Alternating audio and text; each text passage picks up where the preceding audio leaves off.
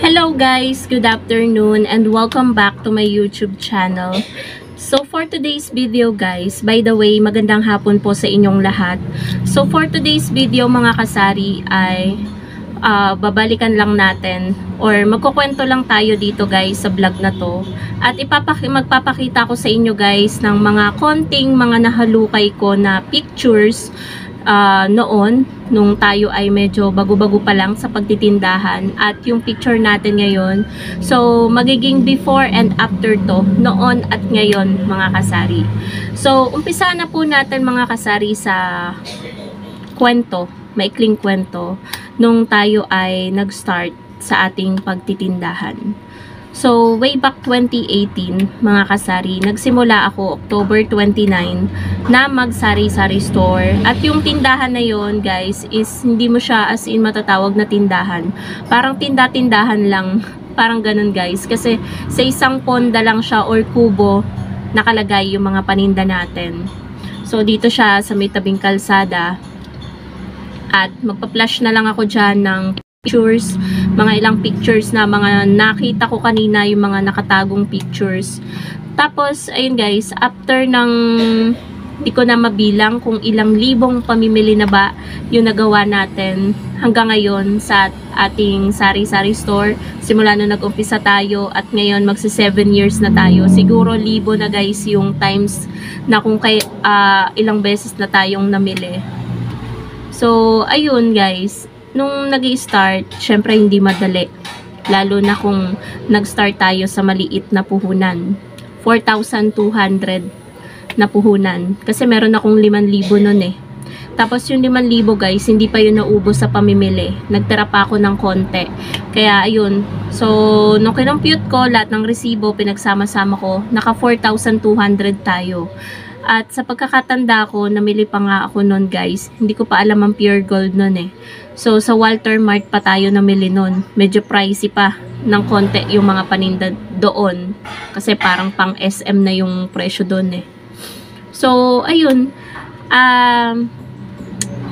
Tanda ko nun guys, sobrang ibang klase yung pagtsatsaga ko nun. As in, talagang dami kong bit-bit. Yan, lagi ko naman yan nakukwento sa inyo. Hindi lang 2 or 3 beses. Nag-taste tayo, hindi tayo nagta-tricycle papuntang terminal, pagpa-uwi na, kasi sinisave natin yung money para makabili pa tayo ng ibang paninda, makapagdagdag pa tayo, at medyo dumami pa yung paninda natin. Kasi nga tayo, nagsimula lang tayo mga kasari sa maliit na puhunan, pa ilang peraso ng klase ng mga paninda, ilang klase ng mga condiments, ilang klase ng mga delata, ng mga kape, ng gatas, at ayun. And after nung makalipat tayo dito, kasi sabi may ipapagawa na daw dito sa lupa. Ito kasi dating amin, nabenta nung nangangailangan ng pera. Eh nung nabalita na may ipapagawa na daw yung may-ari, nag-move ako dito, nag-move yung store. So napagdesisyonan na yung meron ditong ano doon, puno ng sintones. Dito sa isang, wala na akong mahanap guys, I'm sorry, wala na akong mahanap na picture noon nung hindi pa na-extend tong store. So isang dipa lang po siya na ganyan. Meron pala akong isang picture guys, ayan, ipa-flash ko na lang dyan. So nagpicture ako, makikita, mapapansin nyo talaga na isang dipa lang siya na ganyan. Super liit lang talaga and super cute, pero kompleto yung paninda po natin. Tapos ayun, nung unti-unting nag-iipon, uso ang ipon challenge noon. Nag-ipon tayo, naghulog tayo sa ating munting alkansya. Nakaipon tayo, ilang beses akong nag-try noon, nag-ipon challenge. And yung pagpapagawa dito guys, pagpa-extend ng store natin is hindi siya biglaan. Nagkakaroon ng times na kinakapo sa budget, kaya bili ulit ng ipon challenge, mag-iipon ulit, ganyan, tapos bubuksan na ulit kapag sapat na yung pera at medyo kasya na. Tapos ayun, na-extend na natin at napatapos na natin, may flooring na, ganyan. Nahuli pa nga mga kasari ang pagpakisame natin, another ipon na naman. Hindi talaga biglaan guys yung pagpapagawa natin na as in all out sa isang pagawaan lang. Syempre, wala tayong malaking pera na hawak noon. So, ayun, pakonti-konti hanggang sa nakaipon. Nagpakisame naman tayo dahil para, ayun nga, mas magandang tingnan and mas hindi masyadong mainit kasi nga may kisame tayo. So, ayun guys, nagpakisame tayo and nabili natin yung mga kailangang bilhin para sa tindahan, mga drawer and cabinets, mga estante na ganito na dati wala pa tayo noon. Ayan, magpa-flash na lang ako dyan guys ng mga picture. Tapos, ngayon na nga lang, dati kasi, mas mukhang malinis.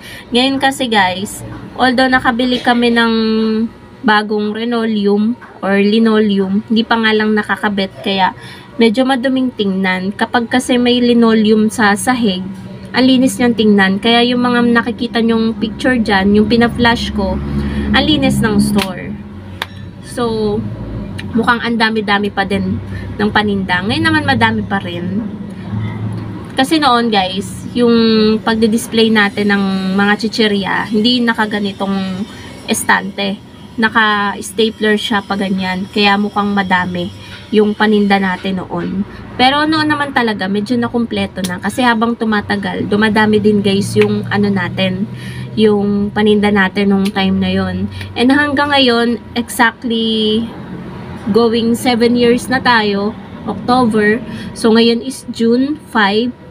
So, ilang months na lang, July, sama na natin ang June, July, August, September, 4 months and a half. Yun, 4 months and a half is 7 years na po yung ating tindahan. And sobrang dami na pong improvement, sobrang dami na nating napundar, napagawa. Hindi lang mga appliances ang nabili natin, hindi lang mga gamit sa tindahan, kundi meron din tayong mga naipagawa sa bahay, like yung pagplatada nitong harapan. Nakabili tayo ng pinto para dito. Dati kasi guys, wala pang pinto dito eh. Kung babalikan nyo yung mga vlog ko, parang na-vlog ko yan na wala pang pintuan dito. So, napabutasan natin yan. Nakabili tayo ng second hand na pinto. And then, yung CR, dati kasi wala pang division yan dun sa kapatid ko. So, napadivisionan din natin, nakapagpagawa tayo ng CR. So, may sarili na tayong CR. Dati kasi, yung kapatid ko nung wala pang division, isa lang yung CR namin. So, ayun guys, madami na tayong mga napundar na ipagawa at nabili nang dahil sa ating tindahan, dahil sa ating Ipon Challenge. So, kung i-compare guys, yung noon at ngayon, syempre hindi natin maano guys yung ngayon kung hindi tayo nagsimula noon at wala tayong 3 times na pagsisipag at pagtiyatiyaga noon. Kasi kung ano yung pagtiyatiyaga natin noon, ngayon natin siya natatamasa, yung pagtiyatiyaga na ginagawa natin noon. Although meron pa rin naman tayong sipag-tiyaga ngayon, and yung bang fruit of hard work natin noon is natatamasa natin siya ngayon. Kumbaga, di ko ma-explain ng ayos guys, pero dahil sa sipag at tiyaga natin na triple noon, is eto na yung store natin. Much bigger na kaysa sa noon, and mas safe na yung store natin. Kasi 'di ba dati guys, nakwento ko sa inyo na yung store natin kapag magsasara kami ni mother, kasi si partner di ko pa naman siya kasama sa buhay noon nung ako ay nagsimulang magtindahan. So ang katuwang ko talaga noon is si mother. So ang panaran namin yero. Kapag bubuksan namin, tatanggalin si yero. Kapag magsasara, ipupukpok si yero. Tapos sa bandang taas, trapal lang. Kaya sa gabi, namumroblema ako. Baka sa umaga, pagbukas ko, wala nang laman yung tindahan. So, sobrang laki na naging improvement, guys. Dati, wala din tayong grills. Wala tayong mga estante. Yan yung mga glass shelves natin. Pero, nangarap tayo. At nakakita tayo ng maglalako dyan na naglalako. So tayo ay nangutang, kumuha tayo at binayaran po natin yan ng mabilisan na sa kita, galing lang din sa kita ng ating tindahan. So natapos natin yung hulugan ng ilang beses lang guys. Imbis na mas matagal, mas pinaikli natin guys para hindi na rin tayo mahirapan sa pagbabayan. So ayun, ayun lang yung journey natin mga kasari noon at ngayon, before and after ng ating tindahan, at masasabi kong good experience siya guys. Maganda talaga guys na nagsisimula tayo sa maliit at unti-unti tayong umaangat. Pero wag nating hahayaan guys na bumagsak tayo. Dapat maging ano tayo, yung sipag natin, i-maintain natin, yung ano natin, diskarte, mas i-triple pa natin dahil habang tumatagal ang panahon, hindi lang po tayo ang makakaisip na magtindahan din. Madaming magsusulputan dyan. Kaya talagang matinding diskarte yung kailangan natin and patagalan na lang guys, patyagaan. So, ayun lang naman mga kasari ang masashare ko sa inyo sa journey natin bilang sari-sari store owner na going 7 years na. So, ayun lang guys. Thank you so much for watching and happy selling po sa inyong lahat. Bye guys!